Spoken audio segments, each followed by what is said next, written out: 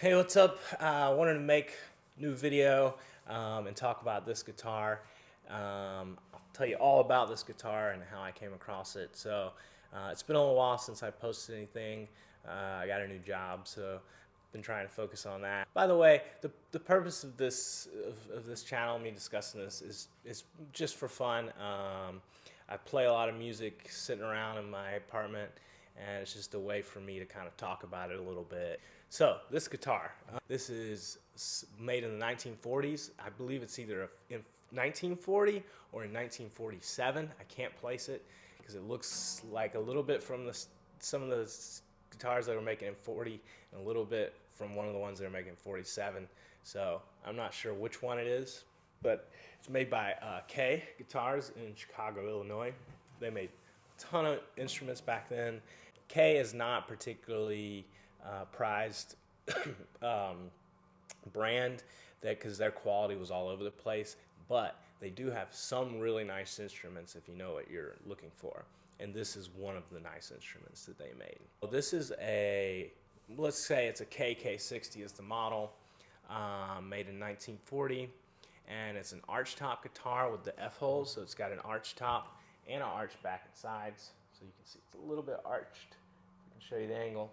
Kind of like a violin, and basically the reason they made these guitars back then was so that they could play in a band. They didn't have electricity, and if you wanted to play with the horned instrument and keep up with them, you needed a really loud acoustic guitar, and basically this was the solution to that, or the best solution they could come up with. So when you play this guitar, I mean, you'll feel it. Someone standing way across the room can hear this thing because it really projects. But they don't really make them that much anymore, and if they are, they're usually like acoustic electric. So in this particular example is what they call a super jumbo, because you can see this thing is big. So they always measure the width across from top to bottom there, and the 17 inches, that's when you start to get into the super jumbo. 16 is kind of more like a standard dreadnought size guitar. But this is 17. It's actually kind of hard to play on the couch. If you're sitting like this, you need a little space to play this thing, you know. So if you're just on the edge of the couch like this, you get a little extra room for the guitar to hang. Or you can play on a bar stool, works just fine. Or you can play standing up. Play a little bit for you to show you, how this thing's punchy.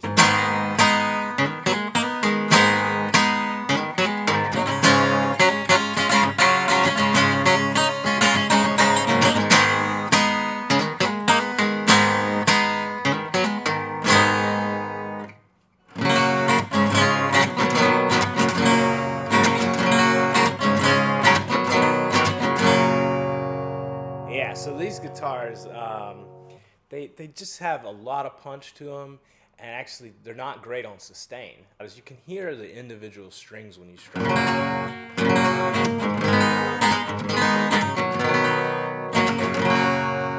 Whereas on a standard acoustic guitar, it's just a lot smoother projection. So here I've got a big jumbo acoustic to compare it to. So this is a nice Epiphone. It's going to sound a little different, actually. I've got this one tuned half step down, so this one's going to sound a little brighter. But hear how, this is a really cool guitar too.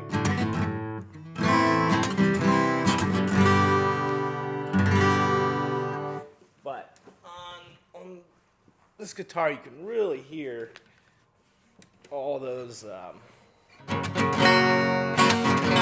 every string, it's just different, and I like to play this one 60% of the time, and that one 40 or whatever it might be, and it really depends on what song I'm playing and how hard I feel like working, because this one, it's harder to play this one. I got to be ready to work with it, to play it. It's different because it doesn't have just all that sustain, and it's not as smooth. You have to be ready to hit this thing, and to fight with it, and to keep strumming because it doesn't have the sustain. So you got to keep the sound coming. I just feel like it's kind of work to play it, but it's fun if you can get it right. There's just potential to do different things with this instrument. One other thing about the guitar I should mention, that makes it nice. One of the most important things about any acoustic guitar is the wood that it's made of. In particular, the top is made of a solid, the top is solid carved spruce wood. A lot of instruments might have pressed or plywood, and I've played plywood archtops before, and I'm telling you, they do not sound like this at all. The tone is just dramatically decreased. So that's what's important. And also, so I'll tell you about my purchase of this guitar. When I was at the guitar shop, the first thing I noticed, I picked it up and I thought, wow, this thing is really light for such a big, huge guitar.